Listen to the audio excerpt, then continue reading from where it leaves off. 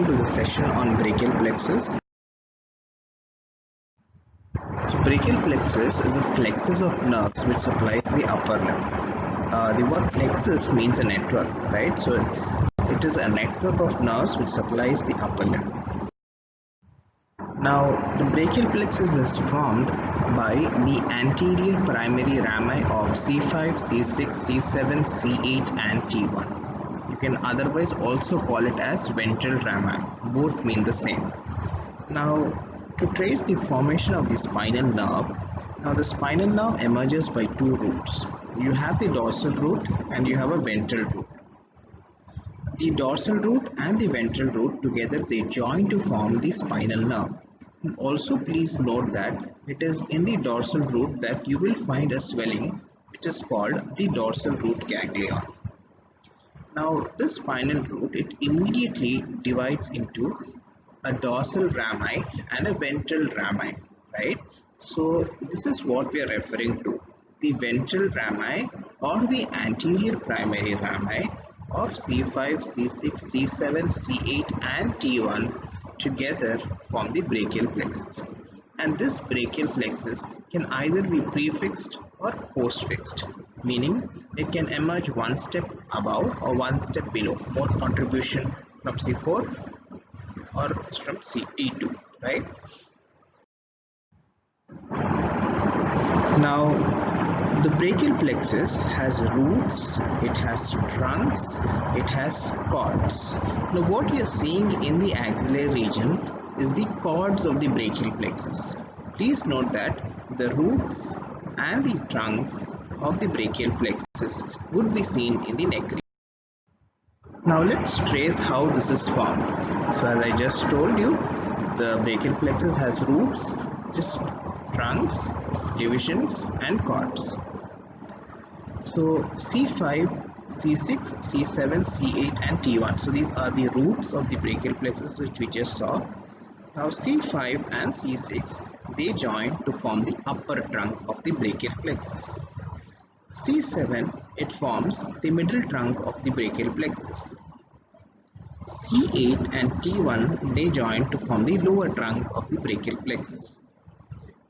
Now all the posterior divisions of the upper trunk, the middle trunk and the lower trunk, they join to form the posterior cord of the brachial plexus, right? So please note that each trunk, it divides into a dorsal division and a ventral division, right?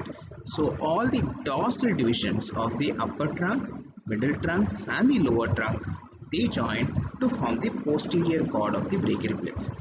So you can either call it as dorsal divisions or posterior divisions.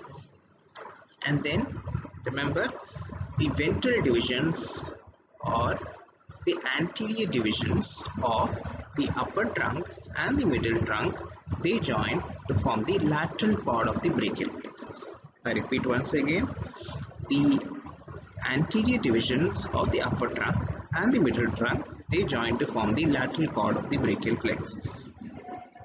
And then the anterior division of the lower trunk, now that becomes the medial cord of the brachial plexus. And this medial cord of the brachial plexus is what continues as the ulnar nerve, right? And the posterior cord of the brachial plexus, it continues as the radial nerve. And then you have the median nerve. So remember, the median nerve, the ulnar nerve and the radial nerve, these three are the major nerves which supply the upper limb, right? So how is this median nerve formed? Now median nerve has two roots. It is formed by two roots, right? It has a medial root and it has a lateral root. So remember, the medial root of the median nerve is derived from the medial cord of the brachial plexus, and the lateral root of the median nerve is derived from the lateral cord of the brachial plexus, right? Next we just so phrenic nerve from C5, dorsal scapular nerve also from C5, the upper trunk is formed by the union of C5 and C6, right? So this is the upper trunk from where you have the suprascapular nerve and the nerve to the sub. All these are branches of the posterior cord of the brachial plexus, and please note that ulnar nerve is a continuation of the medial cord of brachial plexus. So ulnar nerve is not a branch of posterior cord. This is just a mnemonic for you to remember the branches of the posterior cord of the brachial plexus. And then there are branches from the lateral cord and the medial cord as well. The branches from the lateral cord are the lateral pectoral nerve, the lateral root of the median nerve, and the musculocutaneous nerve, right? And then from the medial cord, just like you have the lateral pectoral nerve from the lateral cord, from the medial cord you will have the medial pectoral nerve. And then as we just saw how the median nerve is formed, right? It has a medial root and a lateral root. The lateral root of the median nerve is from the lateral cord of the brachial plexus, whereas the medial root of the median nerve is from the medial cord of brachial plexus. And apart from these two nerves, the medial cord also gives rise to the medial cutaneous nerve of arm and the medial cutaneous nerve of forearm. Divisions of the upper trunk. So this is exactly where the Erb's point is. So you can see observe that this is C5, C6. This is suprascapular nerve and nerve to subclavius, and these two are the anterior and posterior divisions of the upper trunk. So this point is, and why is this important? It's just because this is usually affected during birth injuries when there is undue stretching of the shoulder during breech presentation, or in adults during a fall. So this is how fall on a shoulder causes Erb's paralysis, or during delivery. And this is the unique presentation of the Erb's paralysis. This is also called policeman's tip hand, because this is how the person who's affected with Erb's paralysis seems to present.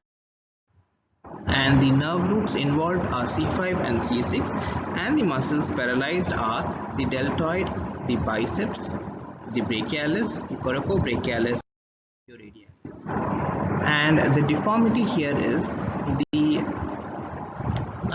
the upper limb, the arm, the forearm here, arm here is adducted and internally rotated.